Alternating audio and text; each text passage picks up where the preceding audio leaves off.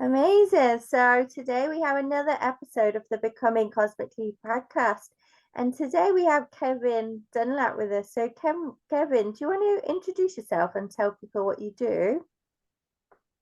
I already mentioned my name is Kevin Dunlap. I live in the United States. More specifically, I live in Raleigh, North Carolina, which is the east coast of the U.S.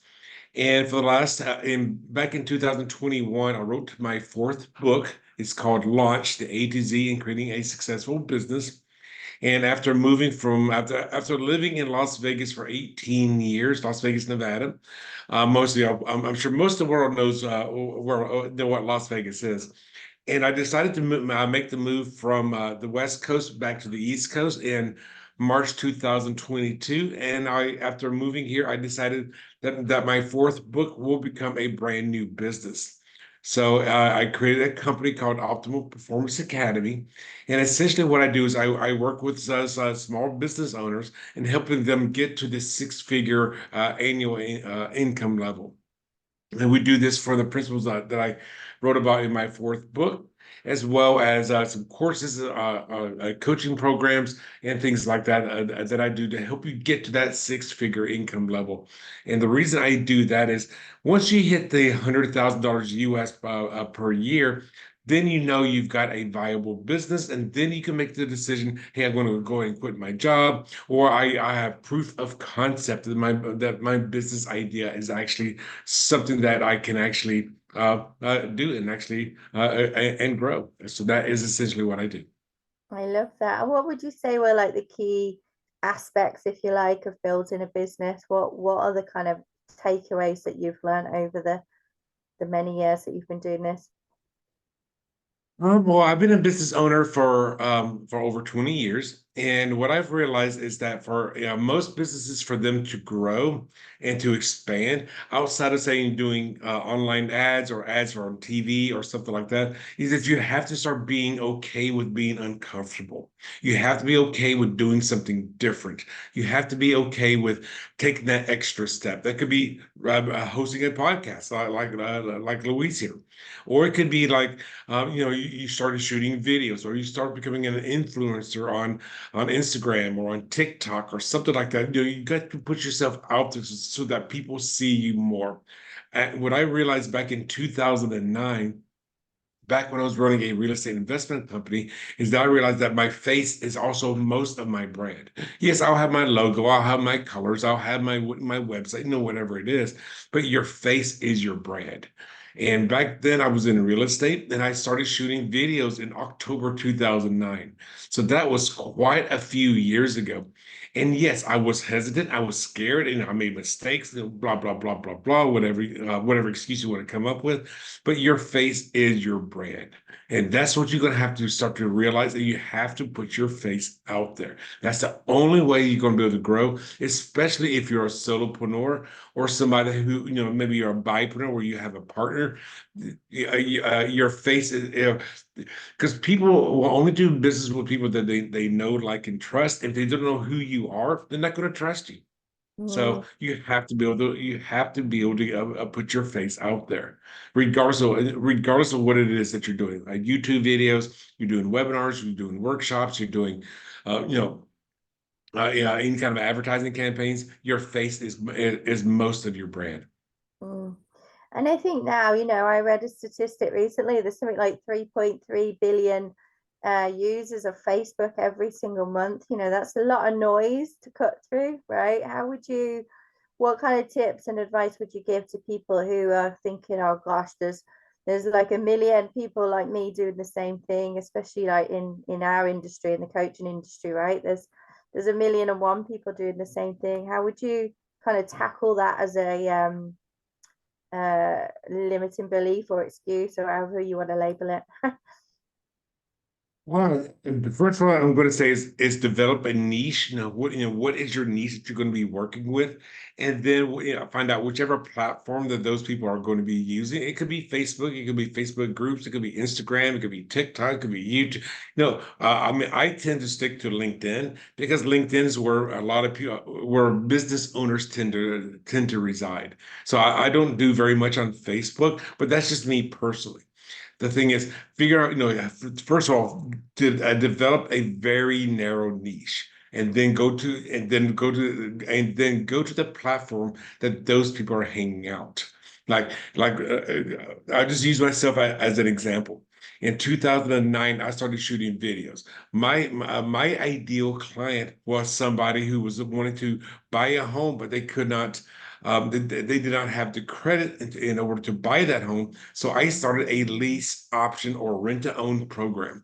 And I did that from 2004 until 2020. I did that for 16 years. And I Mm, was back when I lived in Las Vegas, I was one of two people that were known as the lease option guys. And here's the thing is the other guy that did it, his name was Jim, is that I went and sought him out and we developed a partnership. We became collaborators instead of competitors. So mm, the thing is, go out there and become known as that in that specific niche. Now, here's the thing. You don't have to lock yourself down into that one specific niche. However, if you're going to have more than one niches, then you'll have your advertising campaigns, your targeting campaigns for each specific niche. Like again, I was the lease option guy. The second thing I did was seller finance, where owners sold their homes, where the owner or the seller of the home financed the buyer for that home. Again, a very specific niche. mm, Those those let's call them occupants for the sake of a better word. Those occupants on a seller financing usually had to come up with 10 or 20% down versus 3 to 5% down for the lease option. So I had two very specific niches. Now at that time, do you know what where my the location that I focused on the most was YouTube and Craigslist. mm, Back at that time, I created my YouTube videos. I had my website. I make sure that my website was SEO optimized. And when somebody typed in lease option Las Vegas back in 2009, 10, 11, 12, 13, those years, I was on page one on Google at least 5 times. And it was because of my face, because I was shooting other YouTube videos. And then I had a very well SEO optimized website. And I did very well for myself considering at that time. So, where do your clients hang out? I mean, I was on Craigslist at that time. Craigslist was a great place for people, especially that had challenged credit, in order for them to find a home. So I was constantly running Craigslist ads. I mean, if I had a home, for an example, I was going to market 123 Main Street, and on Craigslist, you cannot post and repost the same ad within a 24-hour, excuse me, a 48-hour time frame. So what I did to beat that was I would go and create a Craigslist ad, and then I'll do a variation of it. Then I'll do a second variation of it, so I could actually recycle my ads on a 24 to 26-hour time, or excuse me, 48 to 50-hour time frame. So those ads were constantly showing up on Craigslist, and I did that for over 10 years. So that's how I set myself to. So what niche do you want to be in? How can you make it more narrow? And then find out where is the location that those people hang out, and be willing to share your face on those profiles. yeah, definitely. Because I think it's not just your face. It's like people get to see all of you, right? Especially when you're sharing about your own life and you're sharing about who you are. And I think people really need to kind of get to know you on a personal level as well, especially if you're giving a personal service nowadays. Because there are so many people doing similar things, aren't there? And so you need to really show people what you're about. And also, I always think, for me personally, as the person working with somebody, I like to also make sure that I'm going to enjoy working with that person as well, because I'm giving up my energy and my time. And, I think it goes both ways, right? Absolutely. And going back to in my real estate years, the thing is, somebody would give me a call. I've never even know who they are. Maybe I saw their name on an email list or something like that. I don't know who they are. I've never talked to them. They gave me a call at 10 o'clock in the morning and went to go and look at and look at some houses. However, they've been following me for 2 months. They seen 20 videos of me. They seen 25 videos of me. So the rapport from them to me was already established by the time we actually met up. Now, for me, the rapport in the reverse direction, I want to provide a service, but that had not, from my side, was not established yet. Mm. However, from their perspective, and I was the expert. I was the one that they were following. I was the one that they knew, liked, and trust. Mm. So that is why I feel, having some kind of video content, sharing your energy, as you just said, Louise, sharing your energy with that audience, because it will come back to you, and it's going to probably come back to you from multiple sources. Definitely. And what would you say to people who are scared? Because there is people do get scared about coming on camera. I'm not sure why, but what would you say to someone who's kind of like feeling the fear at the moment of showing their face for whatever reason? The first thing I'm going to say, it's okay to do a second take. It's okay to do a third take, a fourth take, a fifth take, a sixth take, because nobody's going to see those other takes. They're not going to see the blooper reel. Let's call it that. They're not going to see that. They're going to see your final product that you're going to produce. And I will say this, even in 2020 or even 19, which was over 10 years after I started shooting video, I was still making mistakes.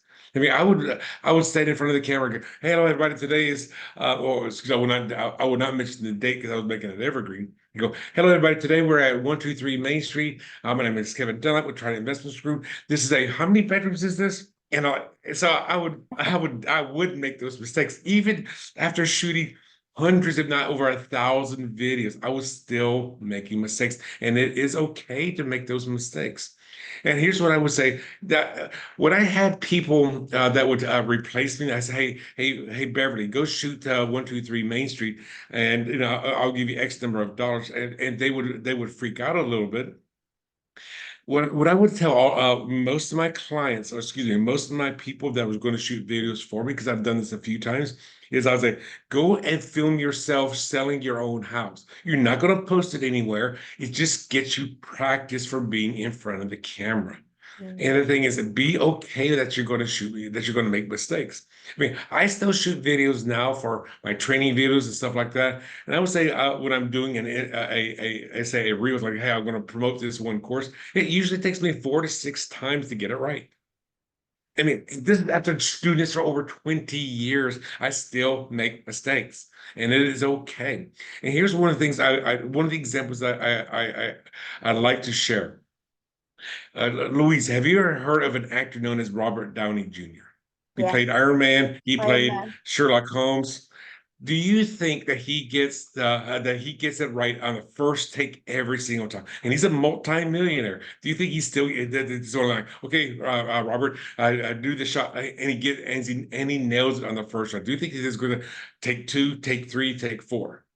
No, he probably never gets it right on the first shot. Yeah, nobody gets it right in the first shot. I mean, if they do, they're going to shoot a second, just as a backup. The thing is, if he is this is his profession, and he's a multi-millionaire, and he still has to take more than one shot. Why are you holding yourself that you have to be better than that?